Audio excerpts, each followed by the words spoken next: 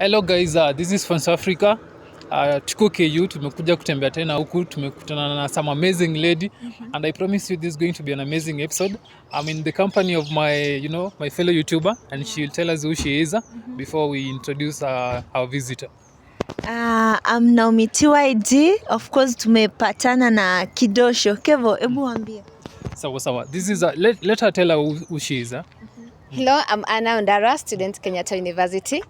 I pursue education English literature. I'm in my second year. And apart from that, I'm a media personnel too and an aspiring student leader. Maybe not only in school, but also outside the world. Oh, this is interesting.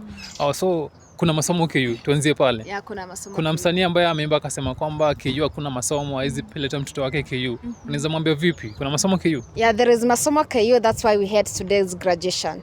The 49th graduation ceremony, of course. So you can imagine all that time we have been having people graduating since the first graduation up to now. 49. There is masomo KU, of course. There's masomo KU. Oh, this is so interesting. Unafanya kosi gani by the way? Education, English and literature. Yeah. This is so interesting. So vile umesikia Crispa and his people mnafaa kujua kuna masomo KU.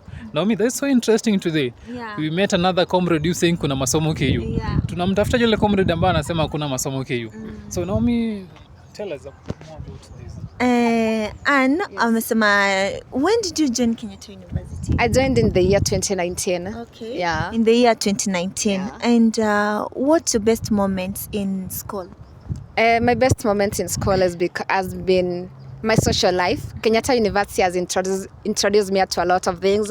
It has exposed me to the outside world.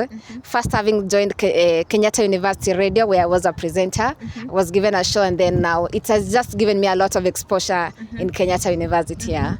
So you're a radio presenter? I'm a radio presenter. Okay. Yeah. And what are some of the challenges that you're passing through? Media, in terms of media, the challenges we face through is maybe, obviously being in the media, you have to face criticism from people and we accept that, people will never follow you, people will never be on your side, they'll never agree with you, and we're getting used to that. Yeah. Kevo, what can you say? This is very interesting. You told us that you are a student of English literature and now you are ending up in journalism. Yeah. So are you having a plan of maybe changing your course or something? No, I don't have a plan of changing my course because I realize that journalism is something that you can venture into even without being in a class. Yeah. That's so interesting. Yeah. And talking about the experience in campus, ladies normally go through a lot of problems in campus. And tell us, what are those problems as a leader? Maybe someone has approached you and told you, maybe niko na shida na hii, in terms of being a lady. It's not easy. What are some of those challenges that ladies go through in campus? Being a lady is very easy. Like, it depends. I, as a lady, if I accept to have challenges in my life that will come, these things you're the ones to accept whether they'll come to your life or not. If I am not prone to that challenges, like, okay, being a lady, the challenges we face, if I don't accept that, then meaning I'm okay to go. So facing challenges in school as a girl, they have not been that much because I know my priorities right. I've set my goals right. So anything that comes in to hinder me and my schedules and such is a no. Yeah. So are you saying that we should work on the mindset first? Yeah, the mindset first. Actually, like me first, and then the rest will come later. How I've set my mind will determine how I'm going to run my life. Yeah. Exactly. This is very interesting, Naomi. So as you guys, you've had challenges in school, but then nimeshtuka sana kusema that being a lady is so easy, Naomi. Very easy. This is so interesting. So easy. Yeah. Do you think it's so easy being a lady? It's so easy. The moment you put on a skirt and a dress, I mean, you're a lady. So, Anne, can you tell us more about your show? Maybe you can tune in. Oh, my show, it's Kenyatta University Radio. That is 99.9 FM. That's the frequency.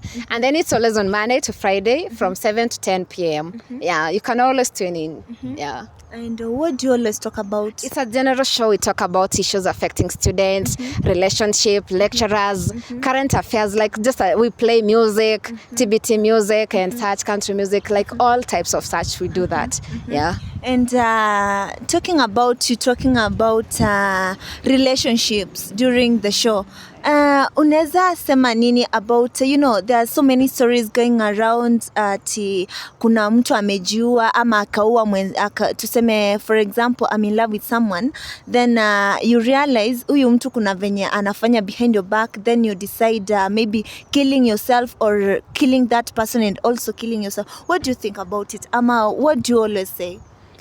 Things to do with the relationship. As much as it comes at the right age, then you can allow pressures to come. I'm 19 years old, and I don't expect myself to be having pressures about relationship. I don't know, boyfriend stuff, But maybe we can compare to someone who is like, let's say 30 years, this person who is ready to settle in maybe marriage and such. So it just needs to call for, that's why we need to be talking to each other, because people maybe are going through depression and such, and then it's, people are silent on their issues. They don't speak up, so you may never know what's going on in their life. If these people speak up with their friends, we're able to tell how to help them better. Yeah. And what can you tell those ladies wenye tumepata ball and then the person just goes, so we're raising this kid as a single mom and at the same time studying?